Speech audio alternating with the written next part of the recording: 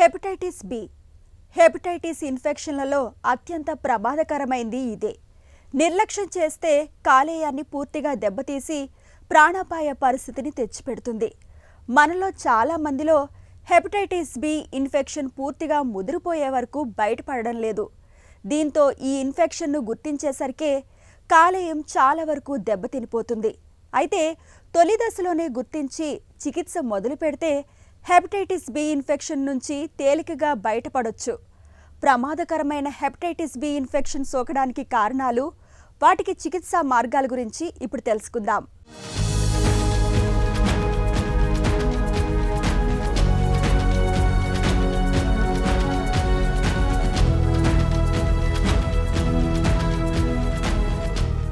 కాలేయం మన శరీరంలోని అతిపెద్ద రసాయనిక కర్మాగారం.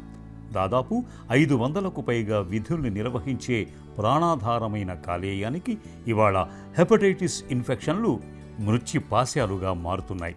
కాలేయంలో చిచ్చుపెట్టే హెపటైటిస్ వైరస్లు ఏ నుంచి ఈ దాకా చాలానే ఉన్నాయి. అయితే వీటన్నింటిలోకి అత్యంత ప్రమాదకరమైంది, సైలెంట్ కిల్లర్గా ప్రాణాలకు ముప్పు తెచ్చేది మాత్రం హెపటైటిస్ బి అని చెబుతారు డాక్టర్లు.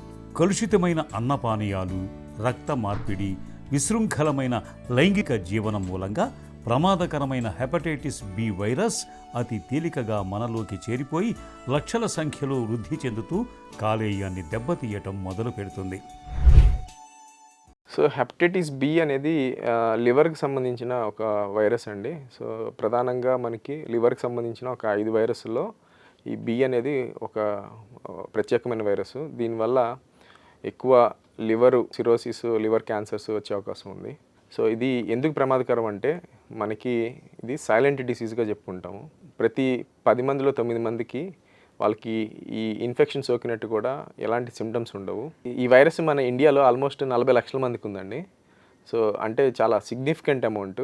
సో వాళ్ళ బ్లడ్ ఇంకొకరి వూండ్ మీద పడడమో, లేకపోతే వాళ్ళు వాడిన సిరంజెస్ని ఇంకొకరికి వాడడం వల్లనో, తెలియకుండా వాళ్ళ రక్తము వేరే వాళ్ళకి అవసరం పడి రక్తం ఎక్కించడము మొదలైన కారణాలు. అండ్ ఎస్పెషల్లీ మన ఇండియాలో ఈ తల్లి నుంచి పిల్లలకి ట్రాన్స్మిషన్, దీన్ని వర్టికల్ ట్రాన్స్మిషన్ అంటారు. సో ఈ వర్టికల్ ట్రాన్స్మిషన్ అనేది మన ఇండియాలో ఆల్మోస్ట్ ఒక 60% వరకు ఈ హెపటైటిస్ సోకడానికి ఒక ప్రధానమైన కారణము. ప్రాపర్గా స్టెరిలైజేషన్ లేకుండా ఆపరేషన్స్ చేయించుకోవడము, అంటే రిజిస్టర్డ్ బ్లడ్ బ్యాంక్స్లో కాకుండా రక్తం ఎక్కడ పడితే అక్కడ ఎక్కించుకోవడము, టాటూస్, అన్స్టెరిలైజ్డ్ నీడిల్ యూజెస్, లేకపోతే అన్ప్రొటెక్టెడ్ సెక్స్, అంటే ఆల్రెడీ వ్యాధి ఉన్న వాళ్ళతో సెక్స్ చేయడము. సో ఇలాంటి వివిధ రకాలైన మోడ్స్ ఆఫ్ ట్రాన్స్మిషన్గా చెప్పుకుంటాము. హెపటైటిస్ బి అత్యంత ప్రమాదకర వ్యాధి. రక్త మార్పిడి సమయాల్లోనూ, ఒకరికి వాడిన సిరంజిని మరొకరికి వాడినప్పుడు, గర్భిణీ నుంచి బిడ్డకు లైంగిక సంపర్కం ద్వారా హెపటైటిస్ బి వైరస్ ఒకరి నుంచి మరొకరికి వ్యాప్తి చెందుతుంటుంది. ఈ వ్యాధిని నిర్లక్ష్యం చేస్తే అది మొదట హెపటైటిస్గా, ఆపై లివర్ క్యాన్సర్గా, సిరోసిస్గా మారి ప్రాణాంతకంగా పరిణమిస్తుంది.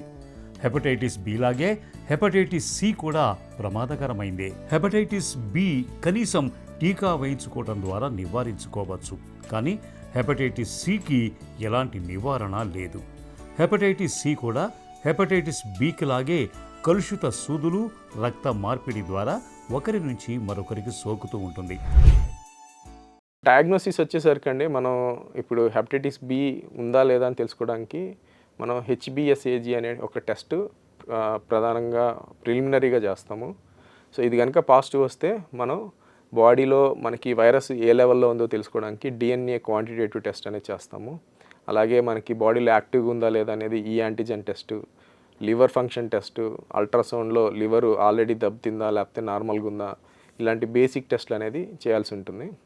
ఎవరిలో అయితే మనకి వైరస్ అనేది పెరిగిపోవడము, లివరు దెబ్బతిన్నట్టు ఇమేజింగ్లో కానీ లేకపోతే స్కాన్స్లో కనుక కనపడుతున్న లివర్ టెస్టులు మార్పు కనుక అబ్జర్వ్ చేస్తే అది యాక్టివ్గా ఉన్నట్టు గమనిస్తాము. అలాంటి వాళ్ళకి మనం ట్రీట్మెంట్ అనేది సజెస్ట్ చేస్తూ ఉంటాం. సో ఈ ట్రీట్మెంట్లో కూడా యాంటీవైరల్స్ మనకి చాలా అవైలబుల్ ఉన్నాయండి. సో రీసెంట్గా చాలా టినోఫవిర్, ఆల్ఫనమైడ్ అనేది లేటెస్ట్గా మనకి మార్కెట్లో వచ్చింది. దీని ప్రత్యేకత ఏంటంటే దీనికి ఈ వైరస్ రెసిస్టెన్స్ అనేది ఫామ్ అవ్వడం చాలా తక్కువ, సైడ్ ఎఫెక్ట్స్ తక్కువ, ఎక్కువ కాలం వాడినా కూడా మనకి ప్రాబ్లం ఉండదు. ఈ ట్యాబ్లెట్లు వాడడం వల్ల మనం వైరస్ని కంట్రోల్ చేయగలుగుతాము అండ్ లివర్ దెబ్బతినకుండా, లివర్లో గడ్డలు రాకుండా కూడా కాపాడగలుగుతాం. ఇంకొక రెండో రకమైన ట్రీట్మెంట్ వచ్చేసరికి ఇంటర్ఫెరాన్ ట్రీట్మెంట్ అంటారు. ఇది మన ఇమ్యూన్ సిస్టమ్ని యాక్టివేట్ చేసి ఈ వైరస్ని ఎలిమినేట్ చేయడంలో హెల్ప్ చేస్తుంది. సో దీనికి వచ్చేసరికి ఇది ఇంజెక్షన్ ఫాము, కాకపోతే నిర్దిష్టమైన డ్యూరేషన్ ఇవ్వాల్సి ఉంటుంది. కాస్ట్ పరంగా అందరికీ ఇది సూట్ అవ్వకపోవచ్చు. సో మనం పేషెంట్ని బట్టి ఎలాంటి ట్రీట్మెంట్ వాళ్ళకి అవసరము, ట్యాబ్లెట్లు సరిపోతాయా లేకపోతే ఇంజెక్షన్స్ వాడాలనేది మేము డిసైడ్ చేస్తాము. బొప్రినోవిర్ అని కొత్త మెడికేషన్ ఒకటి మార్కెట్లో రాబోతుంది.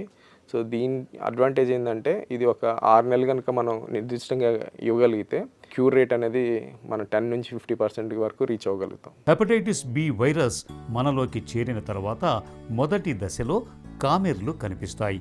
కామెర్లతో పాటు వాంతులవ్వటం, వికారంగా ఉండటం, అన్నం సహించకపోవటం, తరచూ కొద్దిపాటి జ్వరం వంటి లక్షణాలు కనిపిస్తూ ఉంటాయి. ఇలాంటప్పుడు చాలినంత విశ్రాంతి తీసుకుంటూ కాలేయం నుంచి వెలువడే బైలురూబిన్ స్థాయిలు నిర్ధారిత స్థాయికి వచ్చే వరకు క్రమం తప్పకుండా మందులు వాడుకోవటం ద్వారా హెపటైటిస్ బి ఇన్ఫెక్షన్ నుంచి చాలా వరకు బయటపడవచ్చు. అసలు ఈ సమస్యే రాకుండా ఉండేందుకు ఇవాళ మనకు టీకాలు కూడా అందుబాటులో ఉన్నాయి.